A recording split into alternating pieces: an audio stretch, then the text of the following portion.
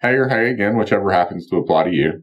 It looks like I might run out of equivalent greetings, so I might have to pick my favorite and start recycling it from here on out. As a recap, I'm still working on a handstand on the rings. I took a day off. I'm back at it on October 29th for attempt number 7. Last time I got a little over 178 seconds and I had 3 touchdowns.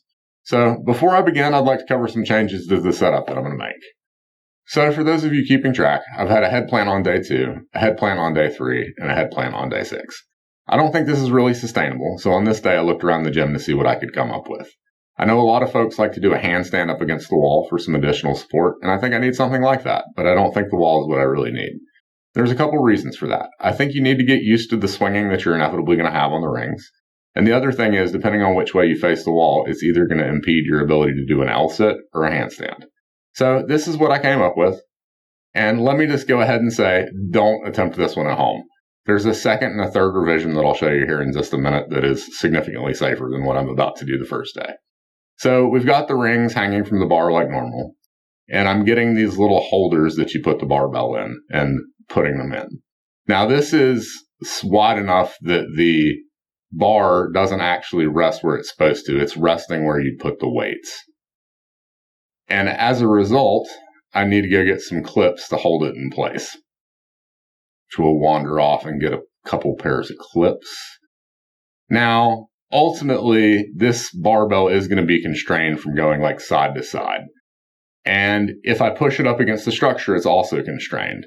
But there's a couple potential issues here. If I come from the other side, I could probably kick it off and it'd land on my head. The other issue would be if I up kick it, it's probably going to come off and land on my head. So that's why we don't want to do that one. So if we go on to the next one, there's a second revision that I do the very next day because I recognize these problems. So I take weights, 45s in this case, and I put them on each side and hang a clip there. So it's not really more constrained. It's just going to require a lot more force to get off the rack. I don't think I'm going to be able to support my body weight plus the additional 135 pounds or so to up kick this thing off. If I was to come at it from the other side, which I'm not, I'd have to hit it hard enough. I'd probably break my shins before I'd get it to come off. So this is not ideal, but it is significantly safer. Now, I will say I did get a couple odd looks from folks as I was putting this together, like, what in the world is he doing over there? But that's neither here nor there, I guess. So on to the third revision. So for my third revision, I modeled and printed some pieces of plastic. So this makes it easier to assemble. I don't have to pick up weights and put them up there anymore. It's just a light piece of plastic and a clip. The other reason is it actually fully constrains this thing. So unless I can kick it hard enough to break the plastic, which is very unlikely, this is not this run-of-the-mill PLA, it's not going to go anywhere. I also built some magnets into it so that I just hang it off this structure when I leave for the day. Now, ultimately, I've found that I like the top of the rings to be about level with my knee, and I like for the bar to be at about forehead height, though I did start with the bar a little bit lower when I was first doing this. So you can see here where I brought my laptop in and I was measuring and modeling and all that. And here's a little bit better view of how it grips onto that bar in the rack. So at this point, I'm about 2 calendar weeks in, and I've started showing some folks I work with and my dad. And I'm hearing a lot of folks say things like, oh my goodness, you're going to kill yourself, don't overdo it, and please don't hurt yourself. So I will say I've had cases from traditional weightlifting where I've really not felt good. And in this case, I'm sore, but I'm really not in any pain. And to me, this feels more natural than lifting static weights. Now, one thing I neglected to mention, and I will say I think Balancey stuff is the big differentiator between working out now and in my 20s. But I've also been stretching since I've been back at the gym. So shout out to Mindy Fellow at the gym. And long story short, like I said, I started stretching when I went back to the gym in August. And I saw a fellow that was looking very comfortable in the grassy area stretching. And to me, that was kind of an affirmation that I should work on that more. So ultimately, I went up and talked to him and got some advice. And I've been working more on stretching. So at this rate, I'm on track to touch my toes by the end of 2026. So that's enough babbling. Let's get to some rings. Okay, so attempt number 1 for the day. As per usual, terrible framing, apologies, but let's see what we can do and try out my new contraption. So we're off the ground, going for an L-sit, and we have a visitor that we need to make sure is not going to get in drop kicking range. So we'll sit down and talk to him for a second and make sure he's aware not to get there. Scrub forward a little bit. pick the straps up, and get back to it. Okay, here we go. And we have liftoff. And we're up.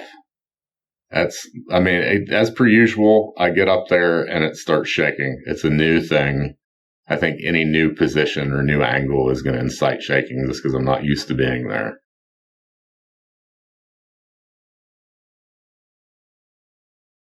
And going up again. Again, not supernatural, but not terrible. I've seen worse. I've done worse. So that's it for that one. If we go to the scoreboard, we can add 39.3 seconds in the air and 3 touchdowns. Okay, second attempt. Let's see what we can do. And we're off the ground and going up. I think having the bar there makes me a lot less skittish about flipping over, which makes sense. As long as I get my legs extended, I really can't flip over. Oh, that was not graceful at all.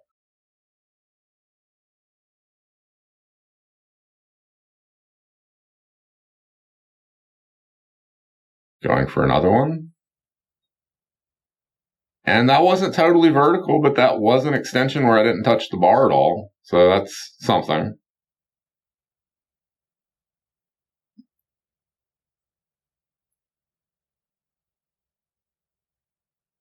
Okay, and that's it for that one.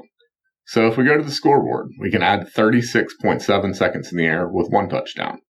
And while we're here, the camera fell over on attempt 3, so we don't really know what happened there. So we could watch it, but it's basically a black screen. So we'll put a dash there and perhaps omit that as a data point for future guys. So we'll jump to attempt number 4. Okay, 4th attempt, let's get it. Yeah, and I think my fear of head plants is pretty well gone. I'm just sending it up there at this point. Going up again, and that one's actually pretty level as far as left-right looks.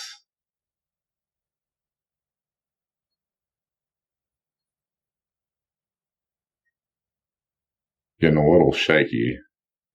And this is what will come to be known as a baby iron cross. And another one. Maybe. No, not another one. Okay, so we got 1.5 of them. So that's it for that one. If we go to the scoreboard, we can add 33.3 seconds in the air and 1 touchdown. So let's go to the final attempt for the day. Okay, 5th attempt of the day. Looks like I tucked my shirt in to save the world from my paleness. And up we go. It's off a little bit to the left. And I just barely touched them out there. Baby iron cross. Baby iron cross. Watch me go. Can we go up again? Yes, that's quite a bit off to the left. Okay, and that's it for that one. So if we go to the scoreboard, we can add 25.7 seconds in the air and 1 touchdown. So as a total, we have 135 seconds with 6 touchdowns. But as a disclaimer, that doesn't include the 3rd set, so it likely would have been more time and quite likely more touchdowns as well. Okay, so some takeaways. I had less time, more touchdowns, and it was arguably more shaky than last time. So is it getting worse? I don't think so. And I still don't think I'm being a hopeless optimist, but I think that going vertical and being able to somewhat hold it is a new challenge. And I also think that my baby iron crosses are a new challenge. So I just need to get my muscles used to doing those things. I'm now over 14 minutes of airtime across these 7 days, and I know it still needs more work. So this new setup, I did have a slight graze with my head, but no real head plants. And speaking as a time traveler from the future, I really haven't had any head plants since I started using the bar. So ultimately, I do want to get away from using the bar, but it does seem to be a useful tool to avoid injury while letting me get to new Balancey heights. So that's it for the day. As per usual, feel free to check back in or not. Up to you.